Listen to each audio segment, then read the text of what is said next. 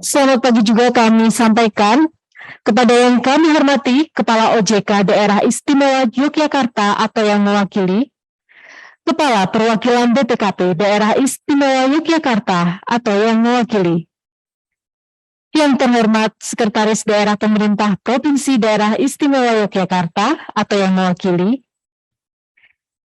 yang kami hormati Sekretaris Daerah Pemerintah Kota Yogyakarta, Kabupaten Sleman, Kabupaten Bantul, Kabupaten Kulon Progo, Kabupaten Gunung Kidul atau yang mewakili. Yang kami hormati pula Kepala Kanwil BRI Yogyakarta atau yang mewakili. Yang kami hormati Kepala Kanwil BNI Yogyakarta atau yang mewakili. Yang kami hormati Ketua Program Studi Magister Ekonomika Pembangunan FEB UGM atau yang mewakili. Yang kami hormati Ketua Program Studi Manajemen dan Penilaian Properti BIB SV UGM atau yang mewakili. Kami ucapkan juga selamat datang kepada yang kami hormati Ketua Sekolah Tinggi Ilmu Pertanahan atau yang mewakili. Yang kami hormati Ketua DPD MAPI Daerah Istimewa Yogyakarta atau yang mewakili. Yang kami hormati Kepala Kantor Pertanahan Kota Yogyakarta, Kabupaten Sleman, Kabupaten Bantul, Kabupaten Kulon Progo, Kabupaten Gunung Kidul atau yang mewakili. Yang kami hormati pula Kepala Kantor Instansi Vertikal Kementerian Keuangan dan pejabat administrator lainnya di wilayah Provinsi Daerah Istimewa Yogyakarta atau yang mewakili, serta seluruh tamu undangan yang kami muliakan. Puji syukur kita panjatkan kehadirat Tuhan Yang Maha Esa atas rahmat dan karunia-Nya pada hari ini, Kamis 7 Juli 2022, bertempat di Aula Gedung Keuangan Negara Yogyakarta, kita dapat hadir bersama guna mengikuti acara konsultasi publik penyusunan rancangan undang-undang tentang penilai. Kami juga ucapkan sugeng rawuh di Yogyakarta kepada Bapak Direktur Penilaian beserta jajaran.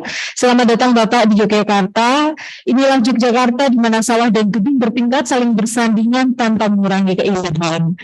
Banyak wisatawan berkata bahwa Jogja terbentuk karena rindu, pulang, dan angkringan Bapak. Mahal harganya si batu bacan dibeli hijau warnanya. Selamat pagi kami haturkan sebagai salam pembuka acara. Bapak Ibu yang kami hormati, sebagai ucapan syukur kehadirat Tuhan Yang Maha Kuasa, dan agar acara hari ini dapat berjalan dengan lancar, serta memperoleh keberkahan dan kebermanfaatan, marilah dengan hikmat kita panjatkan doa yang akan dipimpin oleh Bapak Muhammad Karis. Kepada Bapak Karis, kami persilahkan.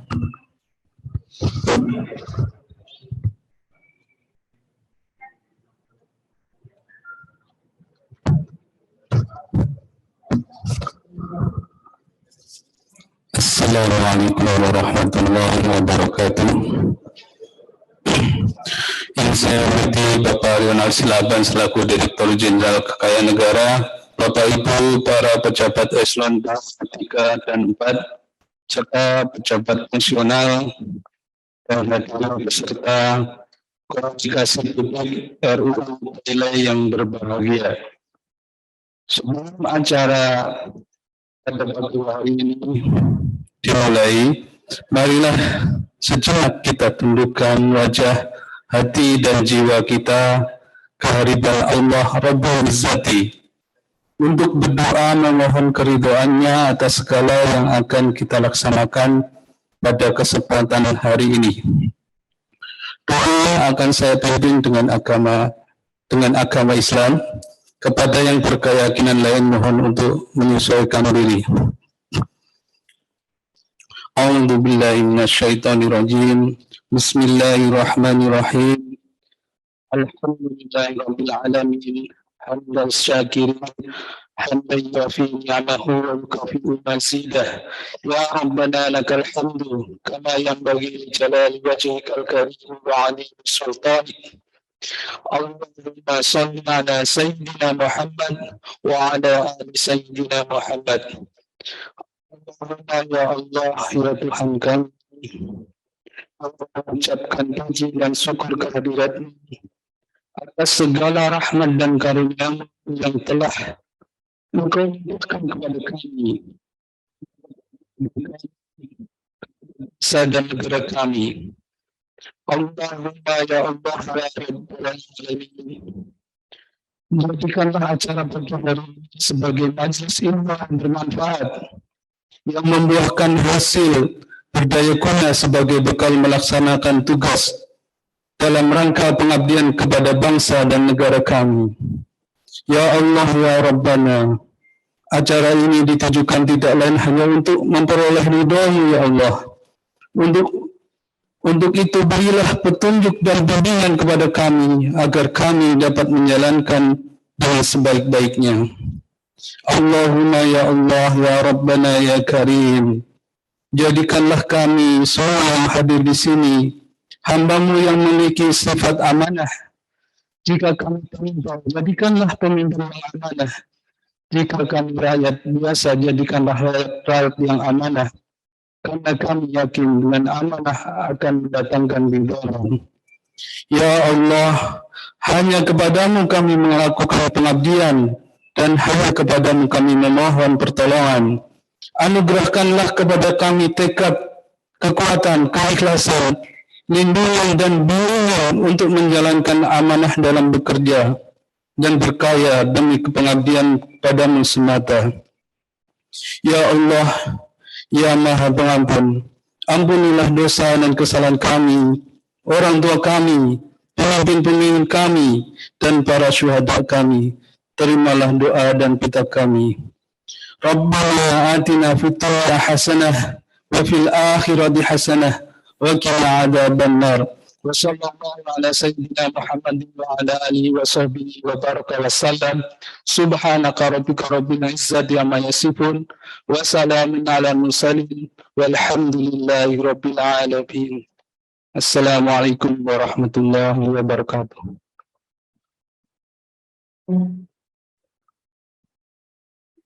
Bapak, Ibu, dan Bapak sekalian, untuk mengabarkan semangat pada pagi hari ini, mari bersama-sama kita menyanyikan lagu Indonesia Raya. Hadirin dimohon untuk berdiri.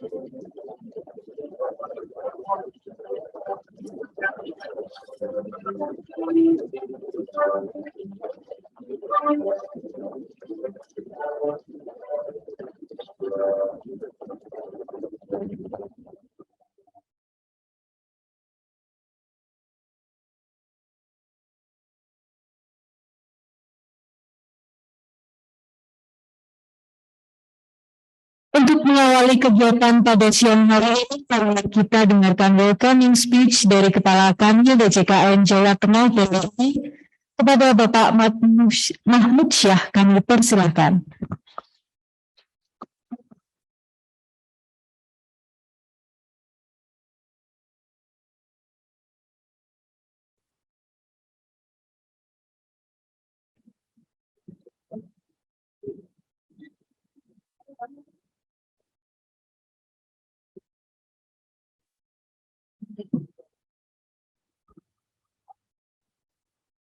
Bismillahirrahmanirrahim. Assalamualaikum warahmatullahi wabarakatuh. Selamat pagi, salam sejahtera dan salam sehat buat kita semua. Yang kami hormati Direktur Jenderal Kekayaan Negara, Bapak Rionald Silaban. Yang kami hormati staf ahli bidang hukum dan hubungan kelembagaan Kementerian Keuangan. Yang kami hormati staf khusus Menteri Keuangan bidang komunikasi strategis, dan yang kami hormati Sekretaris DJKN, para direktur, tenaga pengkaji di lingkungan DJKN, dan serta para kepala kantor pelayanan kekayaan negara lelang, pejabat administrator, pejabat pengawas, pejabat fungsional, dan seluruh pegawai dari DJKN yang hadir lewat Zoom meeting ini. Kemudian yang kami hormati Direktur Penilaian dan tim penyusun RUU Penilai. Yang kami hormati juga Kepala Kanwil DJP Daerah Istimewa Yogyakarta atau yang mewakili, Kepala Kanwil BPN Daerah Istimewa Yogyakarta atau yang mewakili, dan kemudian yang kami hormati Kepala Perwakilan BPK Daerah Istimewa Yogyakarta juga atau yang mewakili, kemudian Kepala OJK Daerah Istimewa Yogyakarta atau yang mewakili, dan yang kami hormati Sekretaris Daerah Pemerintah Provinsi Daerah Istimewa Yogyakarta atau yang mewakili, dan yang kami hormati Sekretaris Daerah Pemerintah Kota Yogyakarta, Kabupaten Sleman, Kabupaten Bantul, Kabupaten Kulon Progo, Kabupaten Gunung Kidul atau yang mewakili. Kemudian yang kami hormati Kepala Kanwil BNI Yogyakarta atau yang mewakili, Kepala Kanwil BNI Yogyakarta atau yang mewakili. Tentunya yang kami hormati juga Ketua Program Studi Magister Ekonomika Pembangunan Fakultas Ekonomi Bisnis UGM atau yang mewakili. Kemudian Ketua Program Studi Ekonomika Pembangunan FEB UAD atau yang mewakili, Ketua Sekolah Tinggi Ilmu Pertanahan atau yang mewakili, kemudian Ketua DPD MAPI Daerah Istimewa Yogyakarta atau yang mewakili, Kepala Kantor Pertanahan Kota Yogyakarta, Kabupaten Sleman, Kabupaten Bantul, Kabupaten Kulon Progo, Kabupaten Gunung Kidul atau yang mewakili, dan tentunya yang kami hormati Bapak Ibu undangan yang tanpa mengurangi rasa hormat kami, tidak kami sebutkan satu persatu. Puji syukur, marilah kita panjatkan kehadirat Tuhan Yang Maha Kuasa. Atas rahmat kurnia-Nya kita dapat berkumpul pada pagi hari ini, baik secara fisik maupun secara online, dalam rangka mengikuti kegiatan konsultasi publik rancangan undang-undang tentang penilai. Tentunya selamat datang di Yogyakarta. Kami ucapkan kepada Pak Direktur Penilai dan tim RUU Penilai, semoga konsultasi publik ini mendapatkan hasil yang diharapkan. Dan selamat datang, terima kasih juga kami sampaikan kepada para undangan yang telah berkenan hadir secara fisik di Aula Keraton Gedung Keuangan Negara Yogyakarta.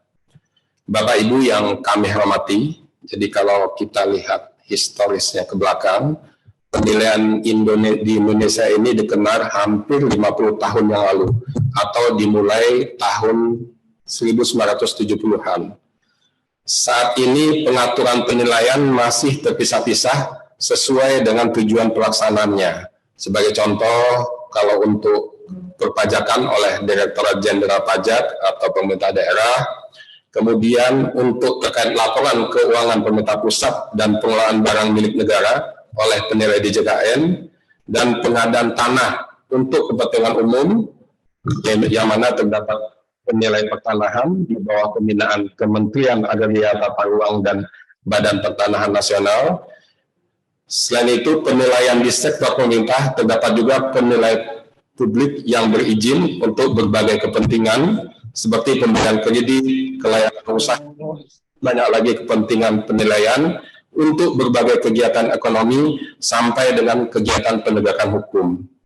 Nah, kalau kita bandingkan dengan negara tetangga kita, Malaysia, mengenai profesi penilai ini hampir 70 tahun yang lalu, dan saat ini juga di Malaysia telah mempunyai Governing Act yang bernama Value Appraiser, Estate Agent and Property Manager Act tahun 1981. Oleh karena itu, sebagai bagian untuk mewujudkan kepastian hukum, melindungi hak dan kepentingan penilai dan stakeholder, serta turut untuk menopang perekonomian nasional, maka tentunya dibutuhkan undang-undang penilai. Bapak Ibu hadirin yang kami hormati, jadi kalau kota Yogyakarta ini memiliki peran dalam pergerakan dan perjuangan. Sejarah ini tentunya diharapkan menjadi inspirasi dan semangat melalui konsultasi publik untuk penyempurnaan naskah akademik dan draft rancangan undang-undang penilaian. Nah, tentunya kiranya Bapak Ibu hadirin dapat memberikan masukan, tanggapan, atau pandangan yang mewakili masyarakat Yogyakarta pada khususnya, dan tentunya menjadi pandangan juga masyarakat Indonesia pada umumnya. Untuk itu tentunya partisipasi aktif dalam diskusi rancangan undang-undang tata bola ini kami harapkan dari Bapak Ibu semuanya. Kami tentunya berharap ke depan penyusunan rancangan undang-undang penilai ini dapat berjalan dengan lancar sesuai dengan jadwal yang sudah ditentukan dan segera dapat diajukan ke DPR, yang pada akhirnya dapat dibahas serta disahkan, sehingga profesi penilai, proses terkait penilaian dan masyarakat selaku pengguna jasa penilai mendapat payung hukum yang jelas. Tentunya kami mohon maaf sekiranya di dalam pelaksanaan ini, dalam penyediaan tempat dan kelengkapan kegiatan ini ada yang kurang berkenan di hati Bapak Ibu semua. Demikian yang dapat kami sampaikan. Sekali lagi kami mohon maaf jika ada hal yang kurang berkenan di dalam penyampaian kami. Izinkan kami, jadi kalau tadi pembawa acara membawa pantun, kami sedikit izin ada pantun. Yogyakarta pernah menjadi ibu kota Republik. Pejuang Indonesia sungguh fanatik. Mari kita sukseskan konsultasi publik. Semoga rancangan undang-undang penilai mendapat masukan yang terbaik. Demikian yang kami sampaikan. Assalamualaikum warahmatullahi wabarakatuh.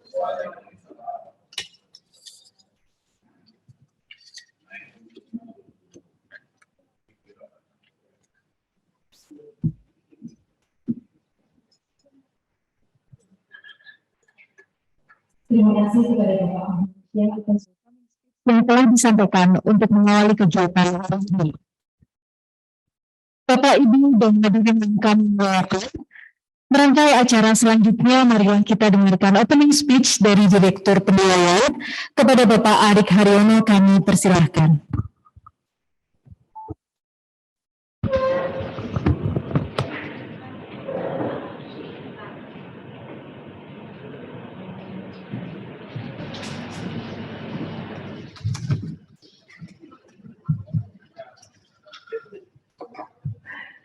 Yang kami hormati Direktur Jenderal Kekayaan Negara Bapak Ronald Silaban, Yang kami hormati staf ahli bidang hukum dan hubungan kelembagaan Kementerian Keuangan, Ibu Rina Widiani. Yang kami hormati staf khusus Menteri Keuangan bidang komunikasi strategis, Bapak Justinus Prastowo. Yang kami hormati tentunya Forkominda Provinsi Daerah Istimewa Yogyakarta. Yang kami hormati Sekretaris Direktorat Jenderal Kekayaan Negara, para direktur Elman, dan juga para tenaga pengkaji di lingkungan DJKN, juga para undangan dan khususnya anggota tim PAK RUU Penilai, dan juga rekan sahabat kami tentunya Kepala Kanwil Jawa Tengah dan Daerah Istimewa Yogyakarta, Bapak Mahmud, para Kepala Kanwil DJKN, Kepala KPKNL Yogyakarta, Bapak Jati, juga para Kepala KPKNL di lingkungan DJKN, dan juga terkhusus para penilai pemerintah dan juga penilai publik, para stakeholder dan pengguna jasa di bidang penilaian, dan juga yang sangat kami banggakan khususnya seluruh peserta konsultasi publik RUU Penilai yang berbahagia, baik yang hadir di ruangan ini maupun yang mengikuti secara daring. Assalamualaikum warahmatullahi wabarakatuh. Selamat pagi, salam sejahtera, Om Swastiastu, Namo Buddhaya, salam kebajikan. Nah, izinkan nanti kami Pak Kanwil juga sudah memberikan pantun. Ya, sedikit juga kita mulakan dengan pantun. Burung camar terbang melayang, pertanda hari menjelang petang. Siang malam semua berjuang demi terwujudnya rancangan undang-undang, tentunya RUU Penilai. Baik, pertama-tama tentu kita panjatkan puji syukur karena memang dalam kondisi yang saat ini kita masih harus memperhatikan protokol kesehatan sehingga tidak bisa mengundang secara langsung lebih banyak orang yang hadir. Namun demikian tentunya kita akan rencanakan konsultasi publik bisa dilaksanakan khususnya melalui daring di 34 provinsi. Dengan harapan dan tujuan keberadaan RUU Penilai ini benar-benar bisa diketahui oleh publik dan juga para pelaku penilai baik di sektor pemerintah maupun publik, dan diharapkan dari sana akan mendapatkan banyak masukan terkait baik penyempurnaan naskah akademis maupun draft RUU Penilai. Bapak Ibu yang kami hormati, tentunya transparansi dan juga akuntabilitas saat ini dituntut semakin tinggi, ya, karena memang harus bisa memenuhi tuntutan masyarakat dan tentunya melindungi secara payung hukum. Untuk itu bagaimana menerapkan tata cara good governance di dalam penyelenggaraan pemerintahan. Nah, ini juga terkait baik dalam hal pengelolaan aset, kemudian pembangunan infrastruktur dan berbagai aksi pemerintah yang berkaitan dengan transaksi properti, transaksi bisnis, dan juga natural resources atau yang kita kenal dengan sumber daya alam. Seperti tadi disampaikan oleh Pak Kanwil, kurang lebih sudah hampir 50 tahunan ya. Kita sejak tahun 70-an profesi penilai, sudah ada perusahaan penilai di Indonesia. Akan berulang kali dan kesempatan yang sama, masyarakat profesi penilai nanti di bulan Oktober akan berulang tahun yang ke-41. Dan seperti kita ketahui saat ini profesi ini terus berkembang. Bukan adanya tuntutan teknologi maupun perkembangan climate change juga menuntut banyak metode-metode baru. Mengingat hal itu semua tentunya konsultasi publik ini menjadi penting. Fungsi utama profesi penilai sebagai pihak untuk mendapatkan trust atau kepercayaan diri atau kepercayaan ya, dari masyarakat. Kenapa? Karena profesi itu baik akuntan dan lain sebagainya ya. Unsur utama kalau tidak mendapatkan kepercayaan berarti profesi itu kurang bisa dipertanggungjawabkan. Untuk itu kita semua pada pagi hari ini hingga siang nanti berdiskusi bersama terhadap hal-hal poin-poin penting yang ada baik dalam naskah akademis maupun dalam draft RUU.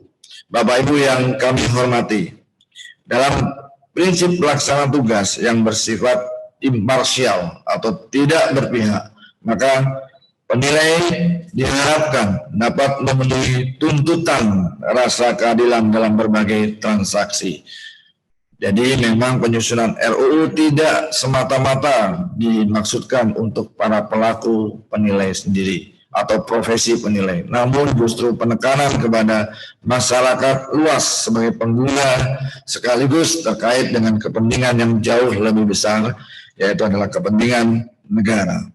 Untuk itu penilai harus mendapatkan pengakuan dari masyarakat terkait dengan pemenuhan khususnya kategori kita dalam memiliki keahlian secara profesional, integritas, kejujuran, objektivitas, dan dalam banyak hal dalam melakukan profesinya. Tadi kita selintas juga sudah menyaksikan apa yang disampaikan oleh Profesor Dr.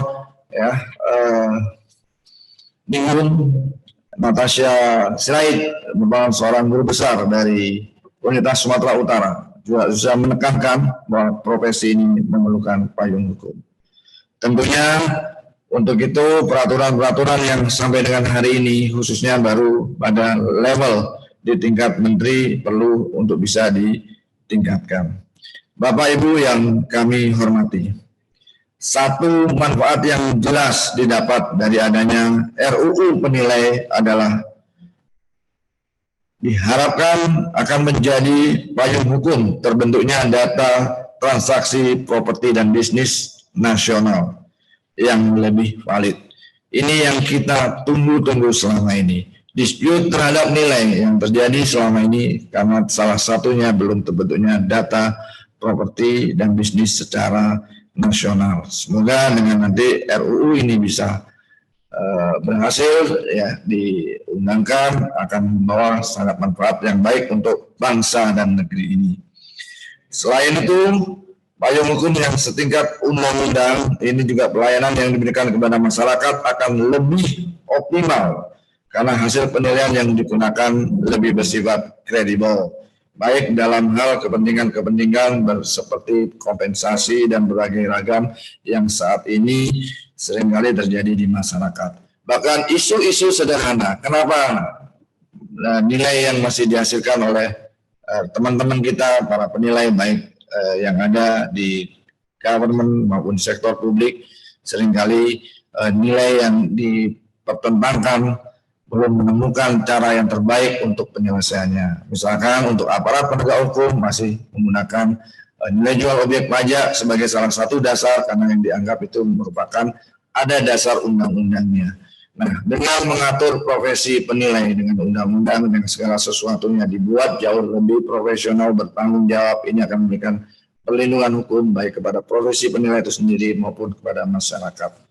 Bapak Ibu yang kami hormati, sebagai penutup, semoga melalui konsultasi publik hari ini merupakan yang pertama yang dilakukan, dan harapan kita nanti setelah bulan Juli selesai pembahasan lebih detail untuk naskah akademis maupun draft batang tubuh RUU akan kita lebih intensif dengan berbagai masukan, dan kita juga menyampaikan kenapa ke 34 provinsi ya, dengan kita menggunakan secara khususnya secara daring, karena dari pentingnya RUU penilai ini betul-betul bisa sampai kepada masyarakat. Nah, tentu kita diharapkan akan mendapatkan perspektif ya, dari masyarakat secara luas, dari para stakeholder, dari para pengguna, para pelaku, dan ini akan menjadikan penyempurnaan dalam penyusunan naskah akademis maupun draft RUU penilai. Sekali lagi, kami sangat berterima kasih kepada partisipasi Bapak dan Ibu semua yang telah meluangkan waktu untuk bisa mengikuti acara pada pagi hari ini hingga siang nanti. Mari kita wujudkan undang-undang RUU, undang-undang tentang penilaian ini sebagai kontribusi membawa Indonesia maju pada Indonesia Emas nanti di 2045, dan semoga kita benar-benar bisa menjadi negara dengan 5 besar kekuatan ekonomi terkuat di dunia. Akhir kata, saya tutup juga sekali lagi dengan sebuah pantun. Mendaki gunung tangkuban perahu, keindahannya sungguh tak ternilai. Marilah kita bahu-membahu, kita sukseskan RUU Penilai. Terima kasih. Wassalamualaikum warahmatullahi wabarakatuh.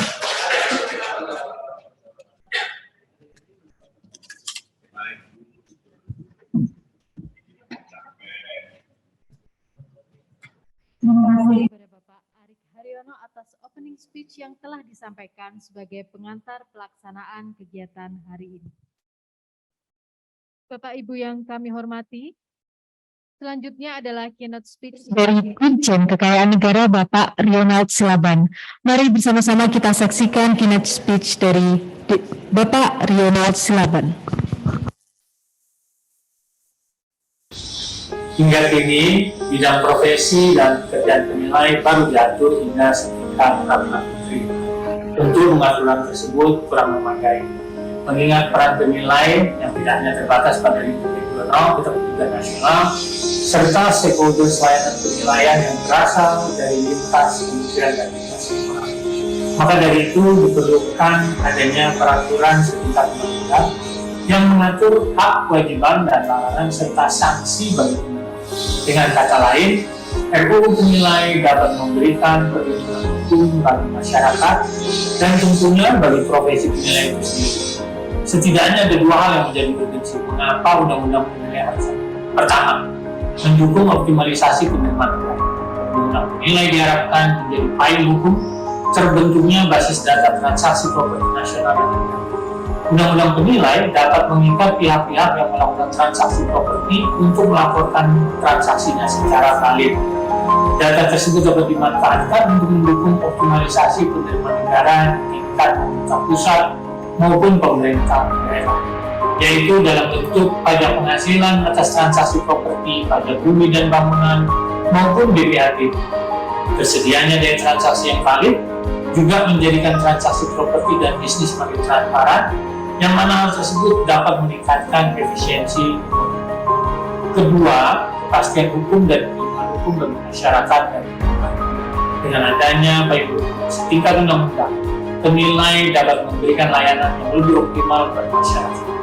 Layanan lebih optimal yang dimaksud mencakup pemberian kompensasi bagi masyarakat dalam pengadaan tanah untuk kepentingan umum maupun dalam penentuan besaran pajak bumi dan bangunan.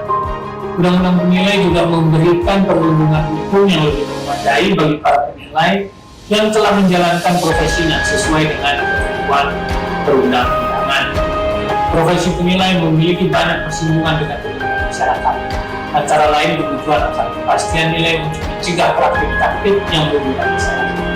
Sementara itu, saat ini pengaturan terkait profesi penilai masih berupa peraturan-peraturan yang terpisah dan dalam lingkup kecil. Maka dari itu diperlukan adanya peraturan perundang-undangan yang secara khusus spesialis mengatur profesi penilai. Harapannya pengaturan setingkat undang-undang dapat menjamin kompetensi, profesionalisme, dan independensi. Undang-undang penilai juga dapat memberikan kepastian hukum bagi pengguna jasa penilaian, sehingga terhindar dari risiko terjadinya spekulasi serta tidak efisiennya aktivitas ekonomi. Undang-Undang Penilai dapat menjadi breakthrough yang menjamin kepastian hukum demi tercapainya ekonomi yang optimal, efisien, transparan, serta aman bagi seluruh lapisan masyarakat.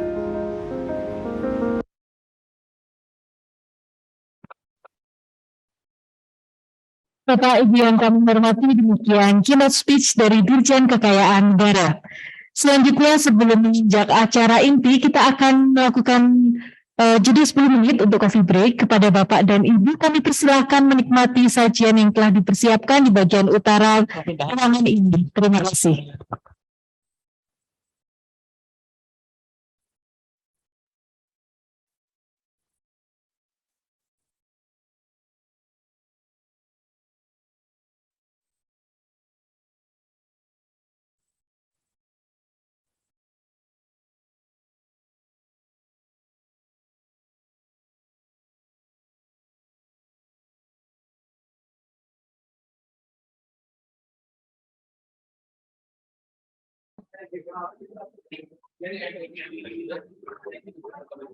Bapak Ibu yang kami hormati, selanjutnya kita akan memasuki sesi konsultasi publik rancangan undang-undang tentang penilai. Pada sesi ini akan dipandu oleh Ibu Rahmayani Ardanti selaku moderator. Kepada Ibu Rahmayani Ardanti kami persilakan.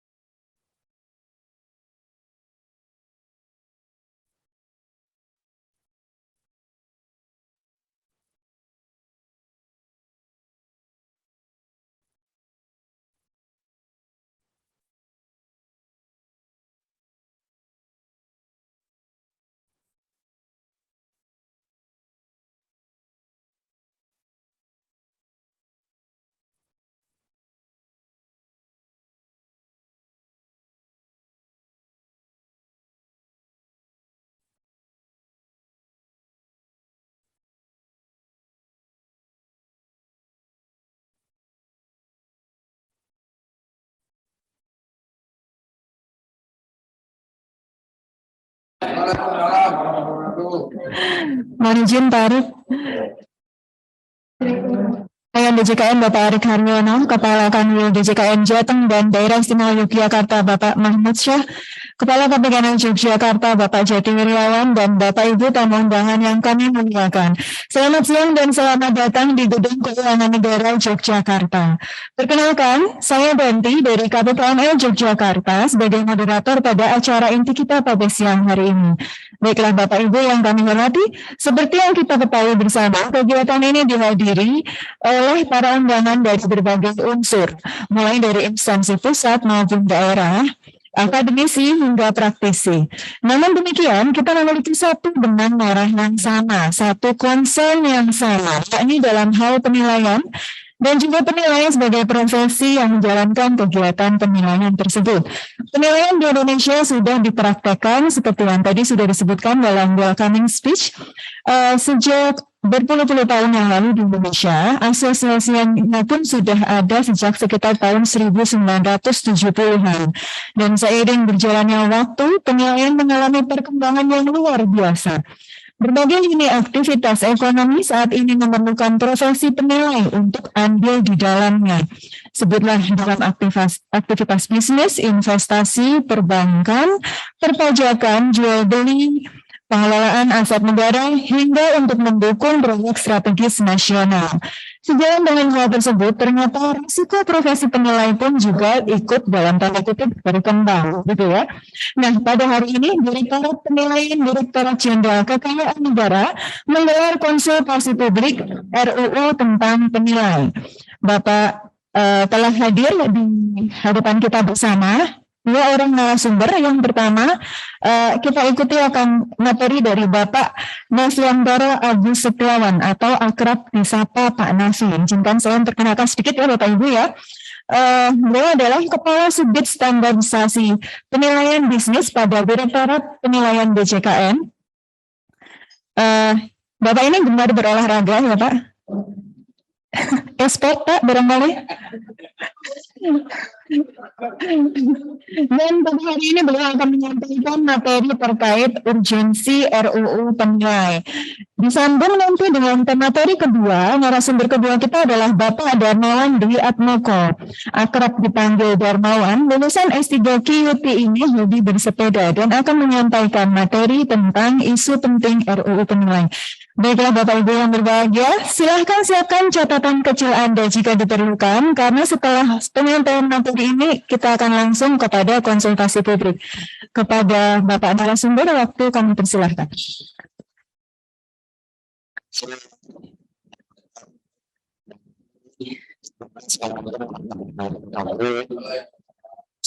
siang dan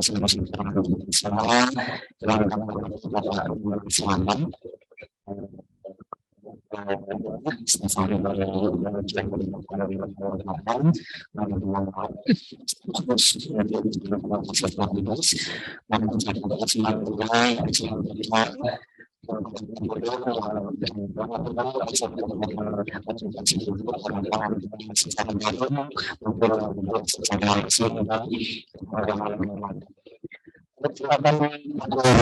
mencoba akan memberikan gambaran mengenai urgensi RUU Pemilihan. Tapi dari beberapa video yang sudah kita sampaikan di acara seluruh acara, tapi juga disinggung oleh Bapak Haruna Selatan dalam jurnal spesial mengenai urgensi RUU Pemilihan. Jadi Bapak sudah disampaikan bahwa profesi ini sudah lebih dari 50 tahun ada di Indonesia, tetapi memang sampai sekarang belum ada payung hukum selevel undang-undang yang belum melalui penilaian. Lalu memang berimplikasi terkait dengan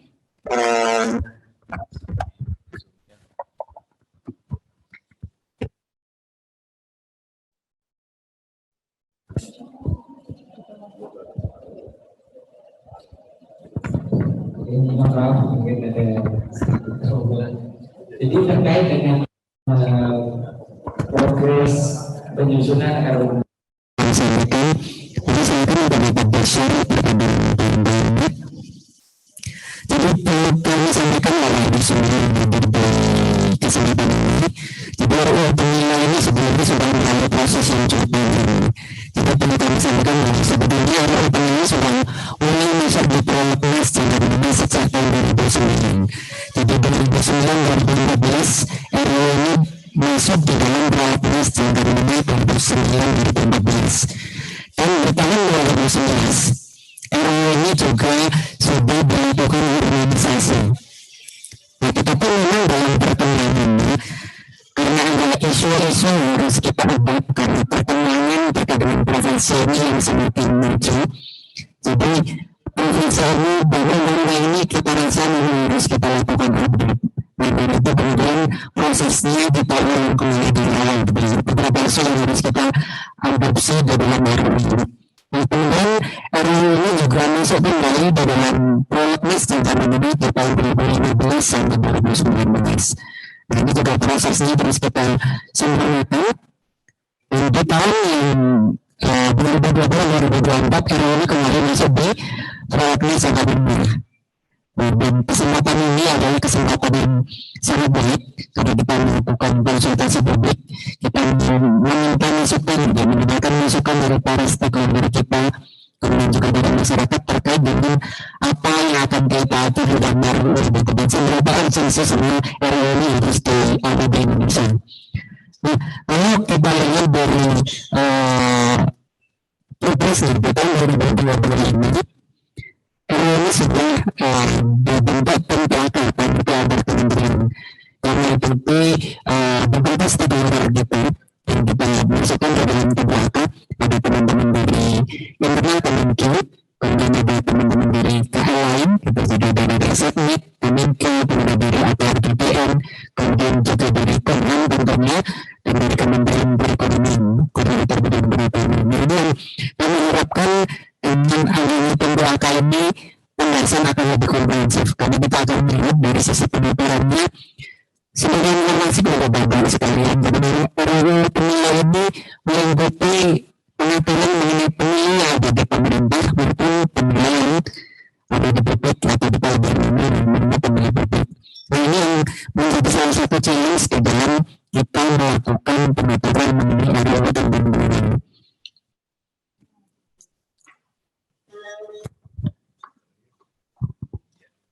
Berikutnya.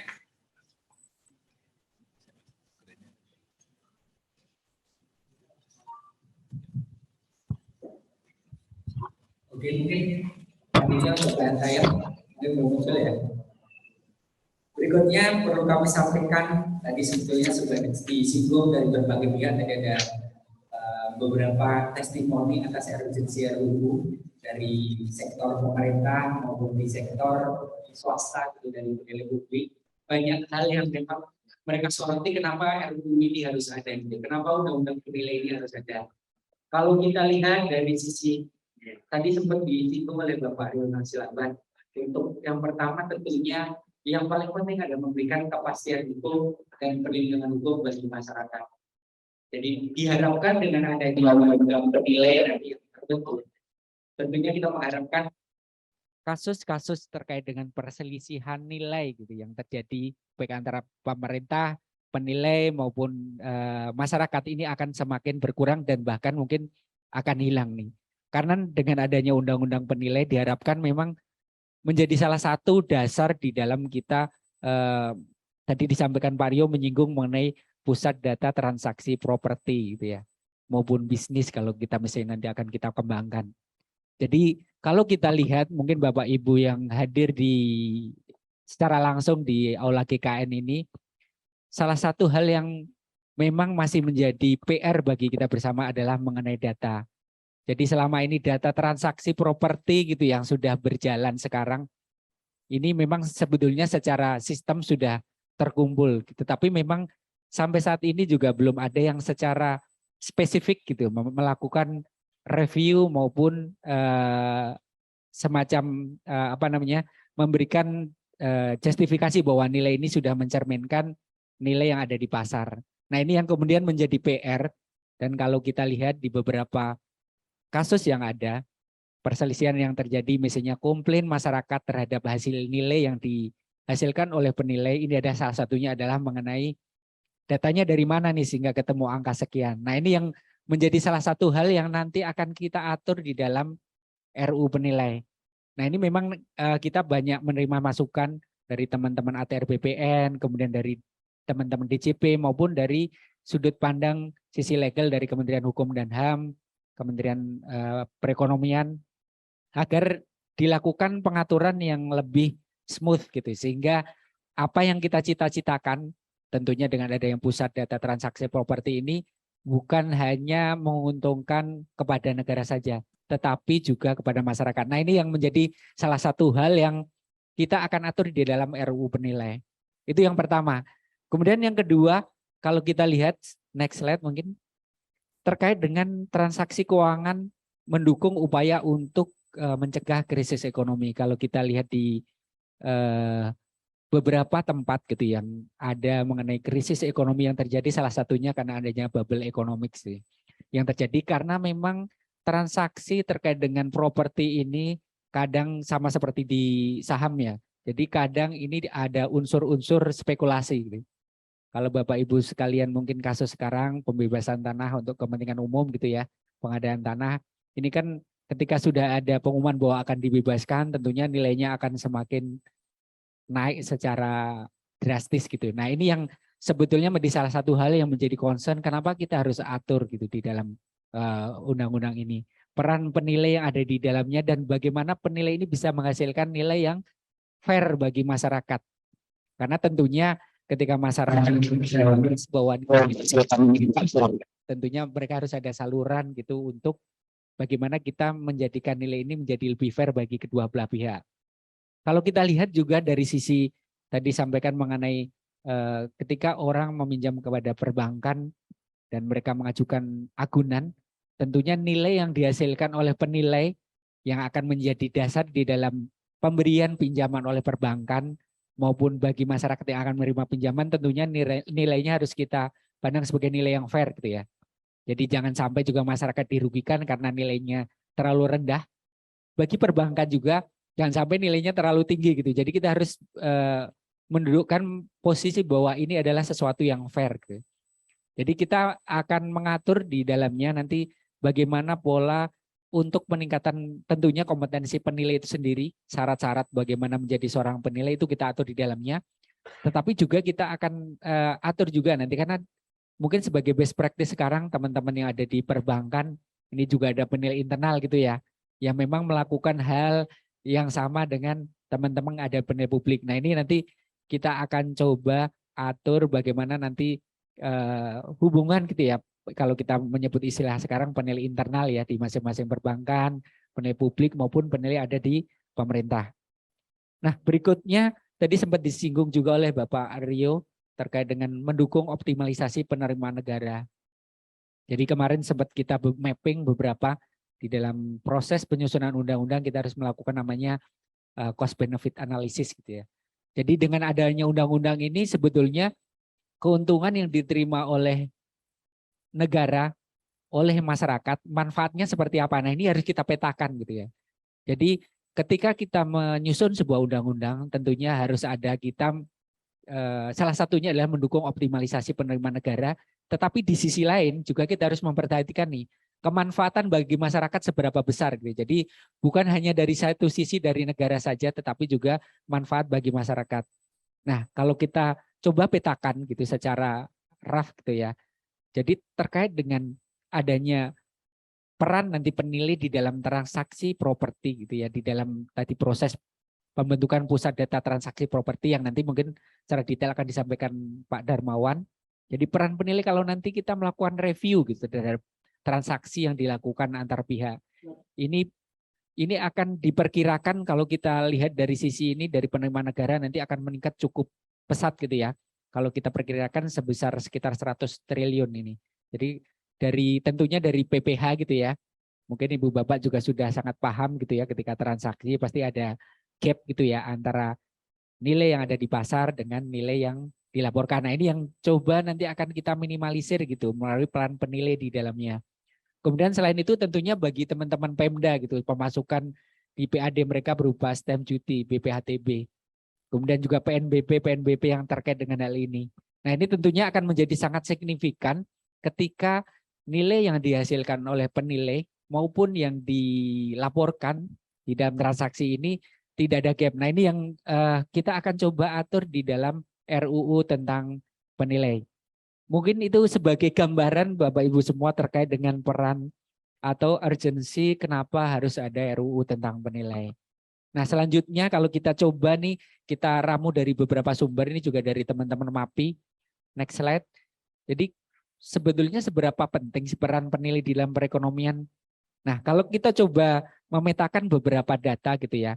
Jadi data ini kita quote juga dari beberapa sumber, salah satunya juga dari teman-teman penilai publik, ini data dari MAPI. Dan untuk penilai pemerintah, kalau kita berikan gambaran di revaluasi yang kita lakukan di 2017-2018 kemarin, penilai pemerintah ini sudah melakukan penilaian sekitar 5.000 triliun gitu ya, di dalam prosesnya dari medio 2017-2018. Ini baru kalau kita bicara mengenai nilai barang milik negara. Padahal di dalam amanat Perpres 75 tahun 2017 sebetulnya nanti ada satu lagi nih, selain penilaian barang milik negara juga penilaian barang milik daerah. Tentunya kalau kita lihat nilainya tentu bisa sangat signifikan, bisa jadi mendekati atau bahkan lebih dari nilai yang ada di BUMN. Jadi kalau kita misalnya totally bisa lebih dari 10 triliun nih peran penilai pemerintah yang di dalamnya. Selain itu dengan adanya penilai publik gitu yang banyak kita jumpai perannya di beberapa sektor baik di perbankan, di BUMN maupun di sektor swasta. Ini kalau kita lihat di beberapa data yang disampaikan oleh teman-teman dari penilai publik dari MAPI ini. Jadi selain penilai publik sendiri maupun penilai internal yang di perbankan. Nah, ini makanya kami nanti minta banyak masukan dari teman-teman perbankan nih untuk penilai internalnya karena peran di dalam proses untuk pengajuan pinjaman gitu yang menggunakan kolateral tentunya ini sangat signifikan nih. Kalau kita lihat dari NPL yang tercatat berdasarkan data dari teman-teman MAPI itu sekitar 177 triliun. Tentunya nilai yang sangat besar gitu ya terkait dengan NPL. Kemudian juga di sektor BUMN ini ada asetnya yang sekitar 9.250 triliun yang tentunya ini peran penilai publik maupun pemerintah itu nanti harus kita optimalkan nih.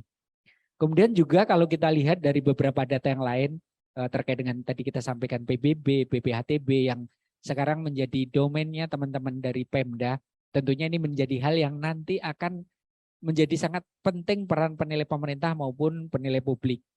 Nah, ini mungkin gambaran yang kita sampaikan juga terkait dengan PSN ya, yang sekarang mungkin menjadi salah satu hal yang heavy-nya pemerintah sekarang untuk membangun beberapa proyek infrastruktur yang memang di sana ada program-program pembebasan lahan gitu ya dalam pengadaan tanah untuk kepentingan umum. Nah, ini memang menjadi salah satu hal yang menjadi peran penilai di dalamnya. Nah, selanjutnya kalau kita hubungkan dengan program pemerintah secara lebih besar gitu di program Nawacita nih, di programnya Bapak Presiden. Jadi kita melihat terkait dengan peran penilai gitu ya. itu ada beberapa nawacita yang terkait. Kalau kita lihat next slide mungkin. Jadi yang pertama nawacita kedua yaitu terkait dengan membuat pemerintah untuk selalu hadir dengan membangun tata kelola pemerintah yang bersih, efektif, demokratif, dan terpercaya. Nah, kalau kita lihat tentunya dengan adanya akuntabilitas dan transparansi ini terkait dengan kinerja pemerintah pusat dan pemerintah daerah tercermin dalam laporan keuangan pemerintah pusat, LKPP maupun LKPD. Jadi sebagai gambaran Bapak Ibu semua, sebenarnya tadi kita singgung di depan gitu ya, nilai LKPP sekarang ini sudah melalui proses gitu yang dinilai oleh teman-teman di penilai pemerintah dan ini sudah diakui oleh teman-teman BPK tentunya dengan opini WTP. Nah, ini kemudian juga akan dilanjutkan dengan penilaian yang akan dilakukan oleh teman-teman di Pemda untuk menghasilkan LKPD. Nah, ini menjadi hal yang menjadi transparansi nanti. Berapa sih aset negara kita, berapa sih aset dari teman-teman Pemda. Nah, ini kita harapkan ini akan menunjang program pemerintah untuk nawacita yang kedua. Nah, selanjutnya untuk nawacita keempat nih, di sini ada memperkuat kehadiran negara. Sorry yang slide tadi Mas, yang sebelumnya. Nawacita keempat yang slide sebelumnya, jadi memperkuat kehadiran negara dalam melakukan reformasi sistem dan penegakan hukum yang bebas korupsi, bermanfaat, dan terpercaya. Nah ini yang coba kita lakukan dengan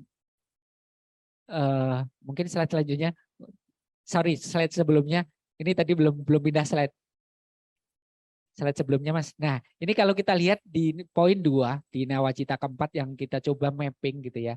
Jadi memang kenapa kemudian kita perlu untuk menjaga kewajaran hasil penilaian ini? Karena memang antara pemerintah, masyarakat, dan penilai ini harus mempunyai posisi yang seimbang gitu ya.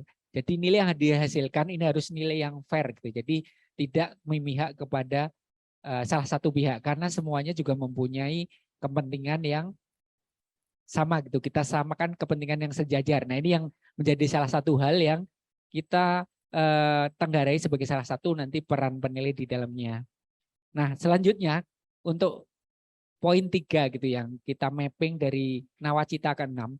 Jadi di situ disampaikan meningkatkan produktivitas rakyat dan daya saing di pasar internasional sehingga bangsa Indonesia bisa maju serta bangkit bersama dengan bangsa Asia lainnya. Nah memang tadi kita sampaikan salah satu program pemerintah kita adalah membangun proyek-proyek infrastruktur yang tentunya di dalamnya kita melihat peran penilai yang sangat sentral gitu dalam pengadaan tanah kepentingan umum.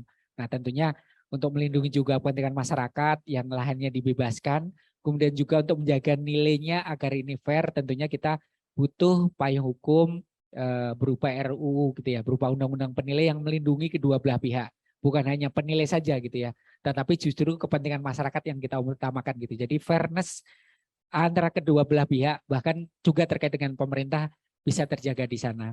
Nah selanjutnya yang kita mapping di nawacita ke-7 ini cukup banyak nih sebenarnya kalau kita mapping dari nawacita ke-7 di next slide-nya.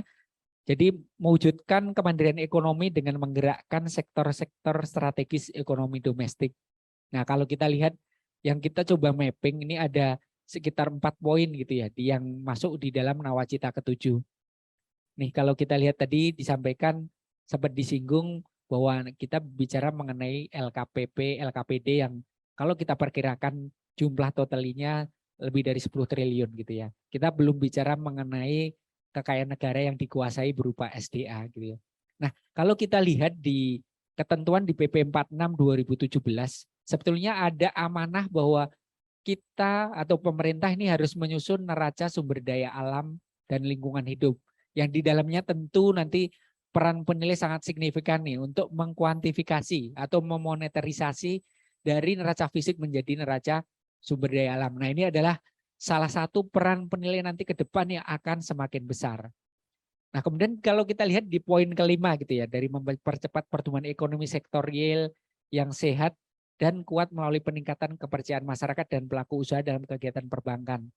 Tadi udah kita singgung di depan, bahwa ketika masyarakat akan meminjam kepada perbankan, kemudian juga perbankan juga akan meminjamkan kepada masyarakat dan ada peran penilai di sana, baik penilai di publik atau yang sekarang ada juga di penilai internal di perbankan melakukan kegiatan penilaian.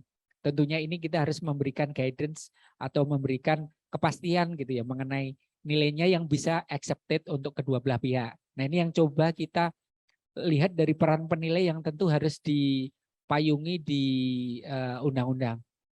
Nah berikutnya di poin 6-nya terkait dengan sektor pasar modal nih.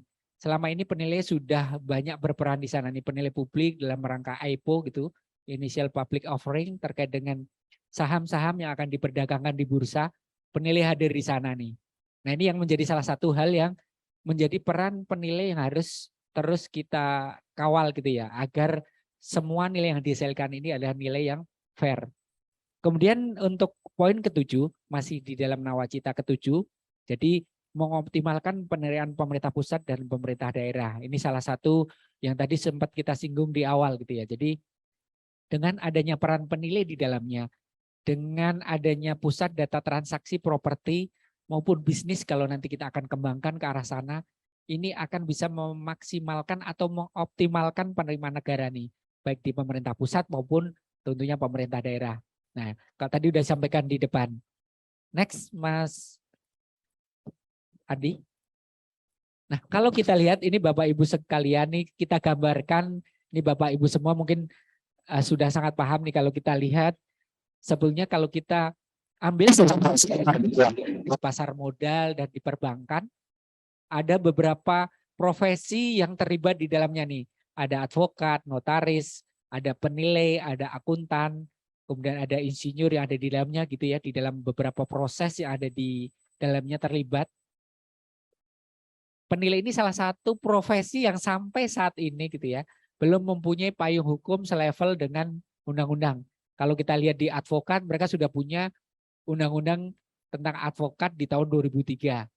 Notaris, mereka punya undang-undang di 2014. Akuntan bahkan sudah lebih lama lagi, 2011. Insinyur 2014. Nah ini menjadi momentum bagi profesi yang menunjang sektor-sektor ekonomi yang strategis gitu ya. Ada perbankan, pasar modal, bahkan kalau ini kita nanti tinjau untuk pengadaan tanah kepentingan umum yang nilai yang ada di dalamnya ini sangat signifikan gitu ya. Ribuan triliun yang harus kita amankan gitu. Dari semua kita harus payungi ini semua dalam bentuk undang-undang. Nah ini jadi salah satu gambaran kenapa kemudian RUU penilai ini harus kita dukung bersama untuk segera menjadi undang-undang penilai. Nah berikutnya ini masih kita coba mapping gitu ya, kalau kita membenchmark dengan negara-negara di tetangga kita ya, dari yang paling dekat maupun negara-negara yang memang mereka mengatur mengenai profesi penilai gitu. Dari yang paling dekat kita ada Singapura dan Malaysia. Singapura mereka sebenarnya sudah cukup lama, mereka ada di 1906 bahkan gitu ya. Tetapi terakhir kemarin mereka melakukan revise-nya di 2020. Malaysia sebagai salah satu negara tetangga kita, mereka sudah mengatur profesi ini sejak 1981. Tadi sudah sempat disinggung oleh Pak Kanwil di welcome speech. Jadi di 81 mereka sudah mengatur ini. Dan hal yang bisa kita petik gitu ya, dari pengaturan salah satunya di Malaysia ini adanya NEPIK gitu ya. Jadi pusat data transaksi properti yang mereka atur. Sehingga nanti bagaimana pola yang ada di Malaysia gitu ya, kesuksesan mereka mengatur mengenai penilai dan efeknya kepada masyarakat, manfaat bagi negara maupun masyarakat ini bisa kita tiru gitu ya. Karena ini menjadi salah satu hal yang sangat bagi mereka ketika kenapa mereka kemudian menyusun di 1981 karena pengalaman mereka dengan adanya bubble economic gitu. Kemudian orang saling bertransaksi gitu ya, tidak ada rule of the game-nya. Kemudian juga tidak ada pihak yang mereview. Nah ini menjadi salah satu hal kenapa Malaysia ini kemudian mengegulkan Valuers Appraisal and Estate Agent Act di tahun 1981. Nah kemudian kalau dari sisi tetangga kita yang lebih dekat lagi gitu ya, ada Australia juga. Mereka sudah ada Valuation Land Act di tahun 1978. Vietnam pun mereka sudah punya Law on Price gitu di 2012. Irlandia di 2001. Selandia Baru bahkan mungkin sudah lebih lama ya 1948. Kemudian Rusia juga ada dan Afrika Selatan mereka di tahun 2000 mereka sudah mengatur penilaian ini di dalam Valuation Act.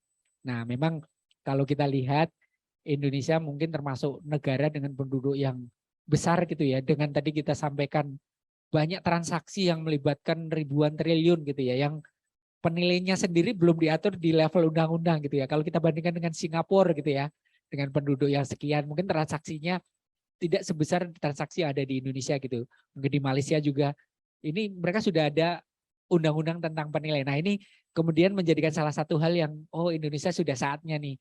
Bahkan sebenarnya harusnya udah cukup lama nih kita mempunyai undang-undang tentang penilai. Berikutnya. Nah ini mungkin sebagai gambaran tadi sudah disampaikan sebelumnya mengenai undang-undang pasar modal gitu ya. Yang di sana itu sebetulnya mereka ada peran penilaian di dalamnya, ada peran penilai gitu di pasar modal. Ketika di pasar modal mereka ada IPO gitu ya, itu harus ada unsur pengawasan profesional dan independensi. Nah memang kalau kita lihat tentunya peran-peran penilai yang sangat sentral gitu di dalam perekonomian, baik di pasar modal, di perbankan, ini harus ada pengaturan yang secara lebih kuat gitu ya di level undang-undang.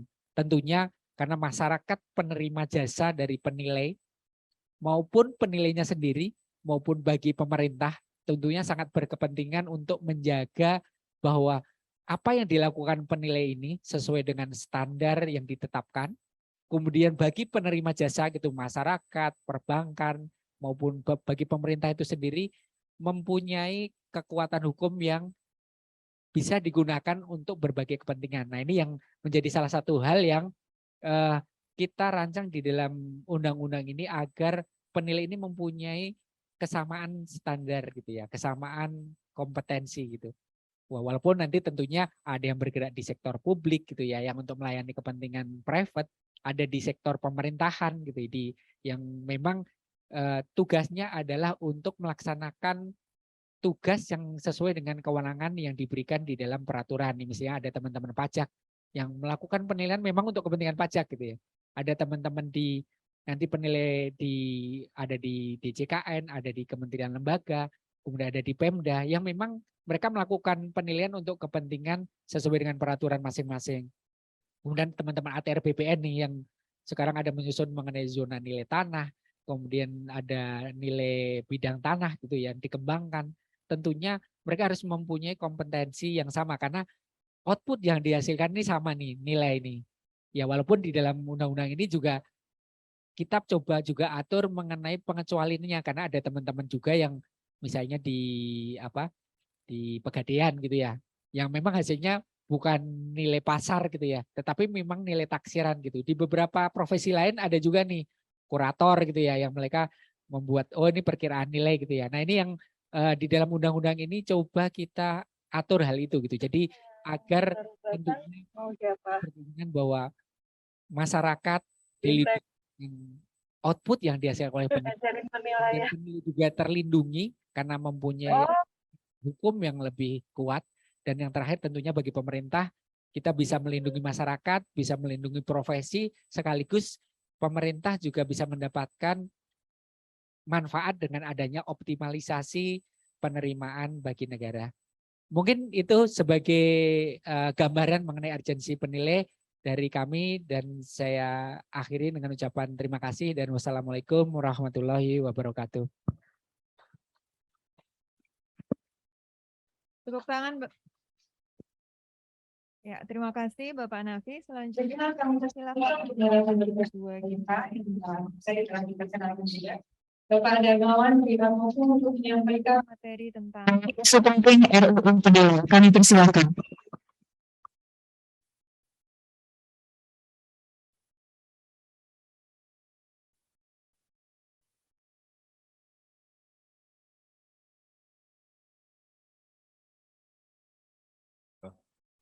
Bapak Ibu yang hadir di sini di Gedung Negara Yogyakarta, yang hadir secara daring. Kami coba melakukan hal yang lebih detail dari tadi yang sudah disampaikan oleh Pak Nafi, yaitu terkait dengan progres dan juga urgensi rancangan undang-undang penilai. Jadi saya akan coba paparkan, kami akan memaparkan isi dari undang-undang itu seperti apa gitu ya. Kemudian selain itu nanti kita coba explore ada berapa isu utama yang ada dalam undang-undang ini, rancangan undang-undang ini, gitu ya. Nah, undang-undang ini cukup banyak membuat atau mengaturnya sebenarnya, banyak juga nggak terlalu banyak, tapi cukup banyak. Ada 15 bab di undang-undang ini dan ada 64 pasal. Tapi sebagaimana undang-undang yang lain, dalam 15 bab itu, yang pertama tentu ada ketentuan umum yang memuat beberapa terminologi yang nanti akan menjadi pakem atau pegangan atau konsep dalam setiap pasal dan bab yang ada di bab-bab selanjutnya setelah bab 1. Kemudian yang terakhir tentu ada ketentuan peralihan dan ketentuan penutup. Jadi itu pakem peraturan perundangan, gitu ya. Nah, di sini saya coba akan memberikan highlight gitu ya. Karena kalau kita diskusi every single details tiap pasal misalnya, kita akan membutuhkan seminggu, Pak Direktur. Jadi kalau seminggu duduk di sini mungkin boleh juga buat kita, Pak Direktur ya. Biar menikmati Jogja lebih lama. Tapi kita coba highlight gitu ya. Nah, yang pertama terkait dengan bab 1 ketentuan umum. Nah, ini ada beberapa terminologi, namun ada beberapa yang strategis di sini ya. Nanti silahkan teman-teman kami sekali lagi karena ini kontennya cukup banyak, teman-teman kami nanti akan menyampaikan di ujung ada slide masukan terkait dengan ini.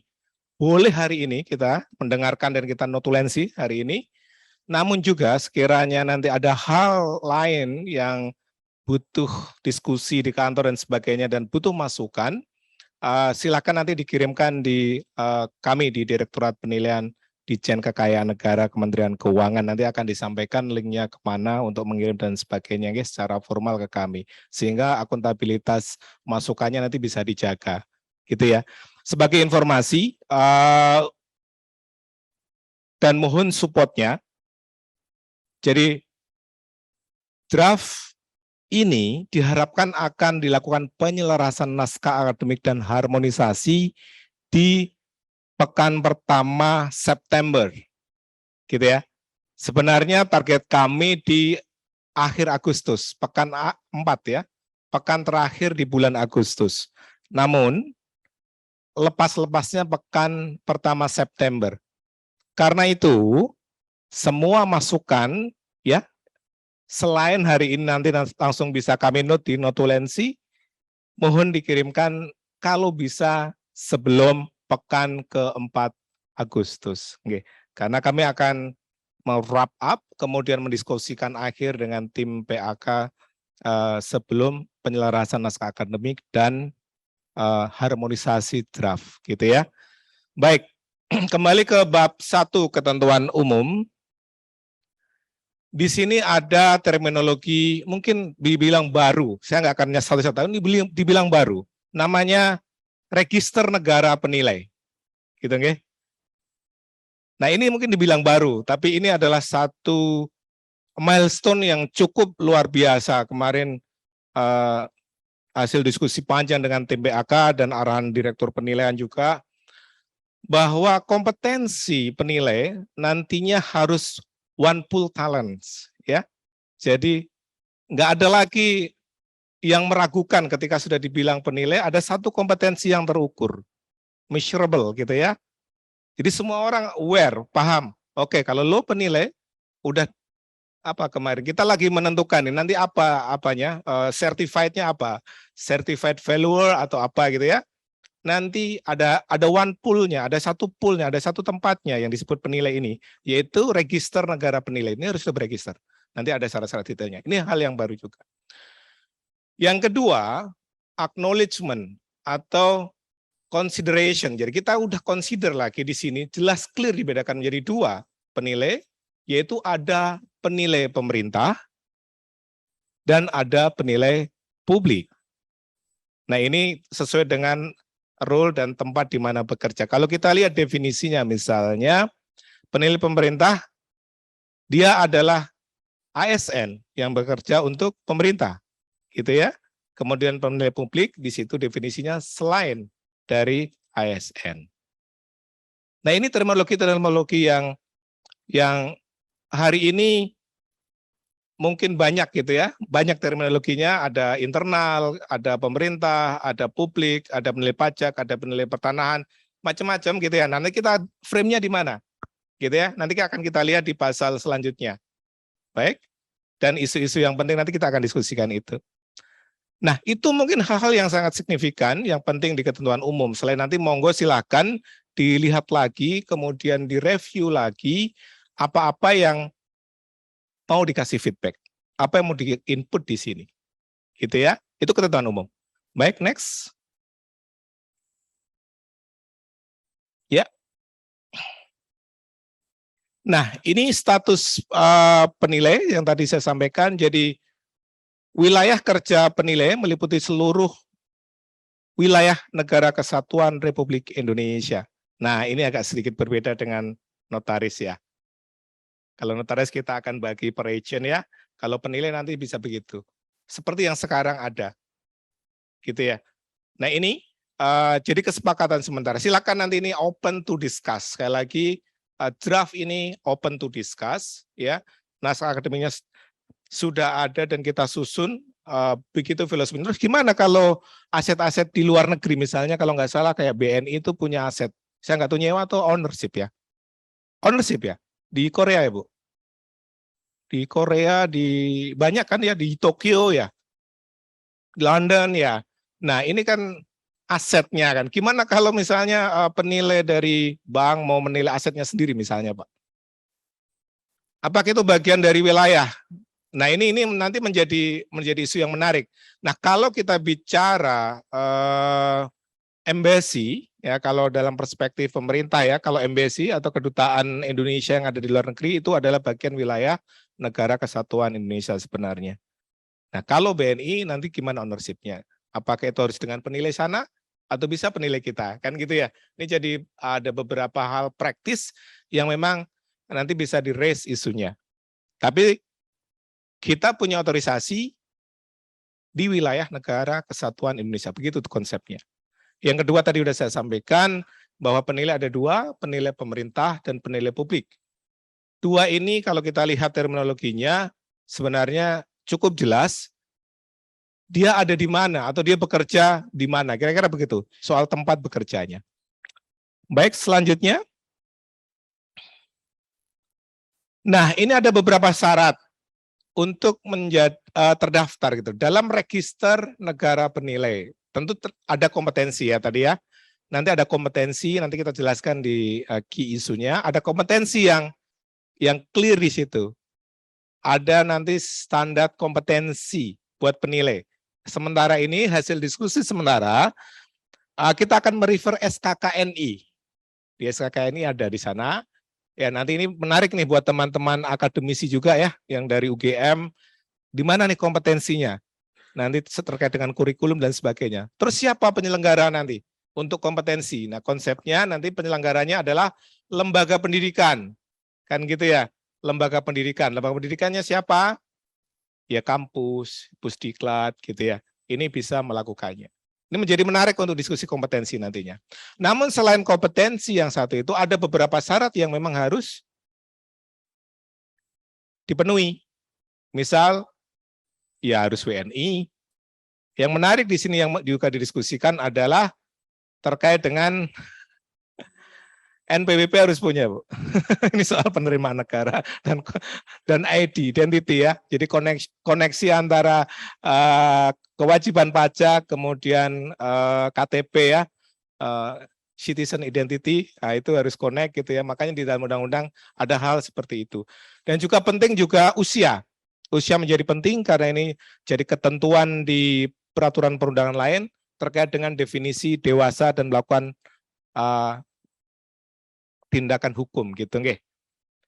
Nah, ini selain tadi kompetensi yang ada di poin telah lulus pendidikan di bidang penilaian itu, ada kompetensi, ada beberapa syarat yang lain. Ini untuk masuk jadi register negara penilai, gitu ya. Lanjut.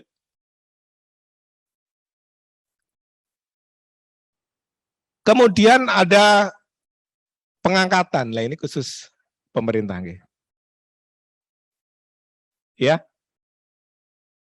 Kalau pemerintah ini agak berat lagi gitu kira-kira syaratnya. Bukan berat, tapi ini memang menjadi konsekuensi kami sebagai aparatur sipil negara yang harus men-serve kepentingan publik. Jadi tidak sedang menjalani hukuman disiplin, sedang atau berat. Jadi kemarin juga ada isu ini gimana penilai pemerintah ini kan sudah punya berapa banyak ketentuan di internal kami Bapak Ibu. Sehingga kami punya baju itu 2 didobel kira-kira begitu kalau kami sebagai penilai pemerintah. Kami sebagai professional valuers, yang kedua kita sebagai ASN. Nah, dua-duanya harus melekat. Jadi memang itu konsekuensi kami sebagai ASN ya. Gitu. Jadi ada sedikit pengaturan pengangkatan nanti untuk penilai pemerintah. Next. Izin. Izin ini menjadi satu terminologi. Ini kemarin diskusi panjang ya Pak Direktur, ini nanti bisa didiskusi, nanti kita bisa explore. Izin ini menjadi terminologi baru sebenarnya hasil diskusi kami dalam 3 minggu terakhir, karena izin ini hanya untuk penilai-penilai yang akan berpraktek secara publik gitu nggih, atau mempunyai KJPP lah gitu, kira-kira begitu bahasa vulgarnya begitu. Kita kalau ada penilai mau buat KJPP ya dia harus punya izin, kira-kira gitu ya. Terus penilai pemerintahnya gimana ya? Kalau lo mau buka KJPP ya harus lepas dulu ASN-nya kan gitu, baru masuk ke sana, kira-kira gitu. Jadi ada rule yang jelas di sini ya, ada rule of the game yang clear di sini terkait dengan izin. Izin adalah buat mereka yang memang ready to go untuk praktek memberikan jasa penilaian di publik. Penilai, kita sudah penilai ketika kita dalam register, tapi lo nggak bisa serve di publik. Lo boleh nganggur, gue penilai nih, nganggur, boleh. Ya kan? Gue penilai, apa lagi? Ngajar, boleh. Gue penilai, ASN, penilai pemerintah otomatis ya, diangkat. Atau ASN yang nggak diangkat penilai pemerintah misalnya. Bisa jadi seperti itu. Tapi begitu mau praktek, ke penilai pemerintah tadi diangkat gitu ya untuk penilai pemerintah, tapi kalau mau jadi atau membuat KJPP praktek ke publik dia harus dikasih izin gitu nggih. Jadi kita bisa diskusi in detail nanti di skema isu soal jenis penilai. Baik, next.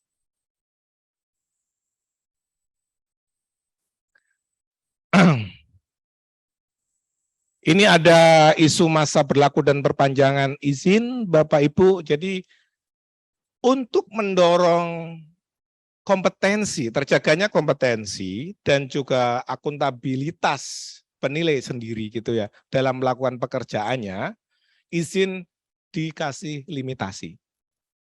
Gitu ya. Nah, ini untuk apa? Untuk proses monitoring dan evaluasi. Seberapa performnya, seberapa pelayanannya ke masyarakat, integriti dan lain sebagainya. Isunya di sini nanti. Itulah pentingnya masa berlaku dan perpanjangan izin. Oke, itu konsepnya. Saya highlight dulu satu-satu, ya, karena ini cukup panjang sehingga nanti kita bisa explore lebih jauh di beberapa isu yang lain. Baik, next. Nah, tidak berlakunya izin ketika penilai publik meninggal dunia. Ketika kita bicara izin, begitu terminologi izin, langsung kita side mindset kita di publik. Ya. Begitu kita izin, langsung mindset kita di publik. Karena apa? Ini areanya area pelayanan publik tadi, yang berizin, yang nanti memberikan jasa layanan kepada publik. Kapan ini tidak berlaku? Ketika meninggal dunia, penilai publik diangkat sebagai pejabat negara, ya, kecuali telah mengajukan penghentian pemberian jasa penilaian untuk sementara waktu. Jadi ada term di situ. Jadi off-on-nya,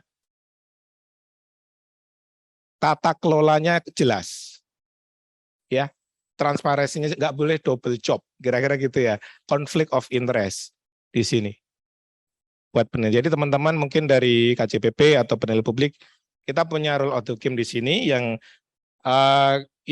diharapkan dari hasil diskusi tim PAK ini menjadi satu solusi di semua kepentingan gitu, kira-kira seperti itu, hampir semua kepentingan. Baik, next. Next, Mas Firman. Oke. Pencabutan izin ditetapkan dengan keputusan Menteri, kemudian ketentuan lebih lanjut mengenai pencabutan izin penilai publik diatur dalam peraturan pemerintah. Jadi Bapak Ibu juga perlu diketahui, nanti isu akan kita bagi dua, isu konseptual, jadi konseptual framework untuk penilai, undang-undang penilai ini seperti apa, dan yang kedua isu technical. Jadi kita akan naruh di sini konsepnya, kemudian beberapa aturan teknisnya kita akan turunkan, ya kami akan turunkan di peraturan pemerintah. Ini hasil diskusi kami, tim perumus dengan tim panitia antar kementerian dengan ahli-ahli hukum di pemerintah, gitu ya. Jadi begitu skenarionya. Jadi kita ada kepikiran, oh ini teknis nggak ya? Masuk di mana kira-kira? Gitu nanti kira-kira ya. Kalau mau lihat frame-nya undang-undang ini, oh ini masuk teknis, oh mungkin masuk di sini kali, PP. Oh ini nggak masuk undang-undang mungkin isu ini, gitu ya. Konsepnya udah masuk belum? Nah, yang kami harapkan untuk draft ini, monggo teknis masuk, tapi konsepnya dilingkan gitu ya. Ini konsepnya di pasal sekian gitu ya. Nah, ada isu teknis seperti ini, gitu ya. Nanti kita bisa elaborasi pasalnya seperti apa jadi. Baik, next. Ini masih biaya perizinan. Jadi Bapak Ibu memang kami mau bilang bahwa undang-undang ini memang mengatur penilai secara umum ya, baik di pemerintah maupun penilai publik. Namun kalau kita lihat porsinya, ya porsi pasalnya gitu dari 64 pasal, 15 bab ini, sebagian besar memang mengatur penilai publik. Penilai yang di luar pemerintah. Karena apa? Kalau penilai pemerintah, dia di awal, Pak, di awal, kemudian nanti di akhir saja. Di tengahnya nanti akan ada jabatan fungsional dan lain sebagainya. Aturan di dalam pemerintah terkait dengan fungsionalisasi atau profesionalisme jabatan di pemerintah diatur sendiri nantinya, gitu ya. Jadi ini yang makanya dari tadi kok izin banyak gitu ya. Terus nanti KJPP. Nah, ini memang begitu porsinya. Kami mencoba mengcapture realitas yang sekarang ada dan puluhan tahun ke depan kira-kira praktiknya mau seperti apa dengan benchmark tadi beberapa negara yang sudah disampaikan oleh Pak Nafi. Nah, ini biaya perizinan. Biaya sebagaimana dimaksud pada ayat 1 di atas ya, biaya dikenakan untuk memperoleh izin, memperpanjang izin, memperoleh izin usaha KJPP. Jadi ada dua izin, nanti jangan confusing ya di sini. Izin kita sebagai penilai berizin, kalau Bapak Ibu sebagai penilai publik, gitu ya, atau penilai pemerintah yang sudah melepaskan ASN-nya kemudian pengen jadi penilai publik, dia nggak boleh jadi ASN. Dia harus dapat filter izin dulu, gitu ya. Yang kedua adalah izin untuk mendirikan KJPP, Kantor Jasa Penilai Publik. Jadi ada dua izin yang nanti semoga nggak konflik, dua-duanya izin. Okay? Baik, next. Ya, ini pekerjaannya apa sih yang diatur gini? Kita nggak ngatur lebih in detail, kita cuma kasih konsepnya aja. Apa sih ini kerjakan penilai? Yang diamanahkan buat penilai ini apa?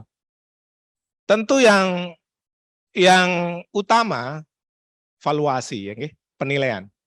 Itu jelas. Nah, namun di sini bisa juga jasa lainnya. Kalau jasa penilaian, ada jasa penilaian properti dan penilaian bisnis. Terus di mana kalau SDA, dia bagian dari properti. Gitu diskusinya, ya. Dia bagian dari properti.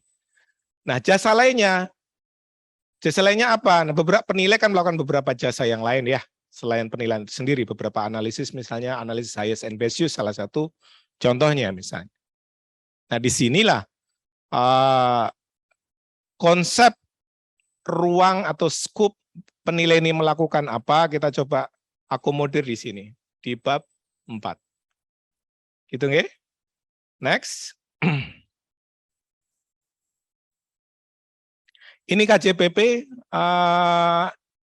hampir dari seluruh diskusi yang kami lalui, marathon discussion sebelumnya, bab-bab ini nyaris tidak menjadi dispute.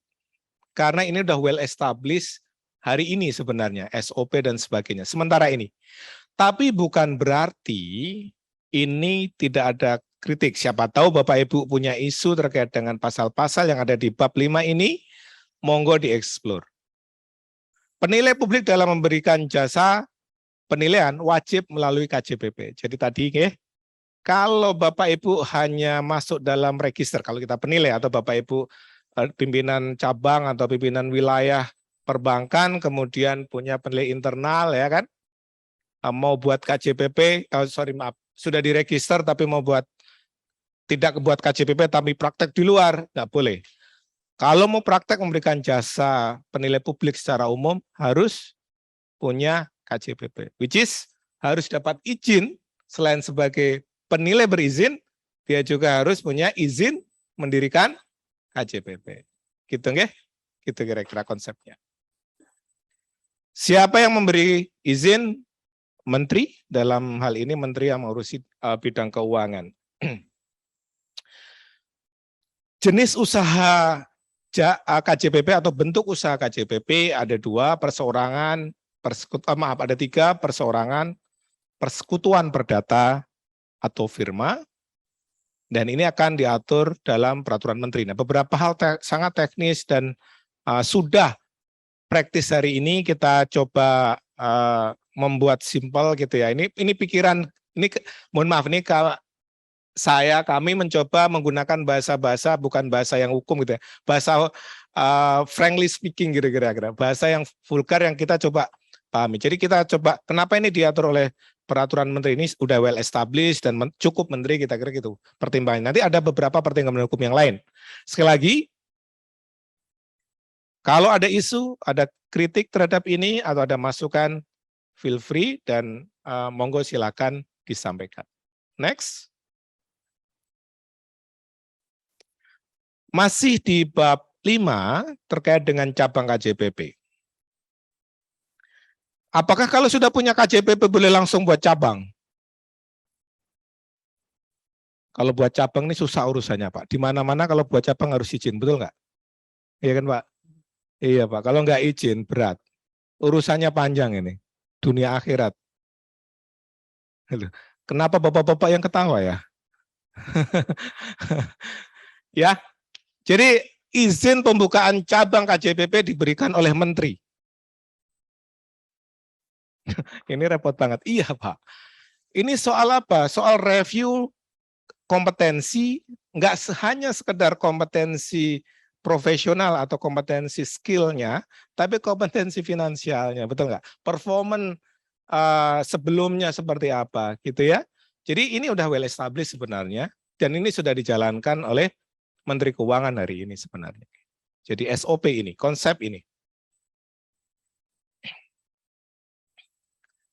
Kita lihat poin ketiga misalnya, izin pendirian cabang KJPP tidak berlaku jika izin usaha KJPP yang bersangkutan dinyatakan tidak berlaku.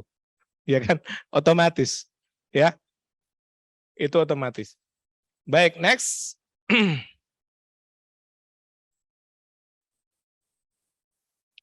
Kewajiban iya. Kewajiban KJPP dan cabang. Bapak Ibu, salah satu mungkin ada dari DPD penilai DIY, nggih. Jadi ini juga sepertinya udah well informed mungkin, nggih. Jadi kalau mau buat cabang ya harus ada penilai publiknya di sana. Dalam arti penilai publik yang berizin, ya kan ya. Nanti mempunyai paling sedikit 2 orang penilai publik. Nah ini beberapa syarat in detail ya. Nanti kita bisa jelaskan in detail, monggo dicermati pasal-pasalnya. Yang juga tidak kalah penting itu gimana hubungan KJPP dengan asing. Ini juga sama ini. Ya. Ya, melaporkan secara terus kepada menteri dalam hal KJPP memperkerjakan penilai asing. Nanti kan ada. Gimana kalau kita punya partner asing gitu. Oke. Nah ini di PMK yang hari ini sebenarnya udah diatur dan well established. Tapi sekali lagi subject to discuss. Oke. Next.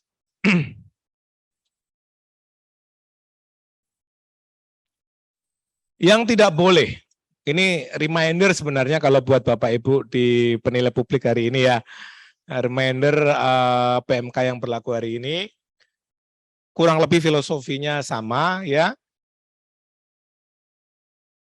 Jadi kalau di luar kualifikasi bidang jasanya nggak boleh. Ya, kalau ada penghentian pemberian jasa penilai untuk sementara waktu juga nggak boleh. Jadi tidak ada gap di situ. Pokoknya kasarnya, kalau lo mau memberikan jasa, lo harus full firm. Firm izinnya harus on gitu ya, dan lo qualified. Gitu kira-kira bahasanya. Ya. Selain itu, jangan gitu ya. Termasuk tadi ada beberapa kewajiban yang harus dilakukan juga oleh penilai publik. Banyak penilai publik ya. Banyak Pak di undang-undang ini. Gitu. Penilai pemerintah di mana? Ngatur-ngaturnya begini. Lebih banyak lagi di aturan ASN-nya. Banyak lagi nanti. Soal attitude, soal banyak lagi nanti. Di Javungnya itu banyak sekali turunan dari undang-undang Menpan, kemudian pembinanya nanti di mana? Misalnya pembinanya kalau penilai pemerintah hari ini di Kementerian Keuangan misalnya, di situ ada PMK dan sebagainya turunannya. Standar kompetensinya, etik dan sebagainya itu ada semua di sana. Baik, next.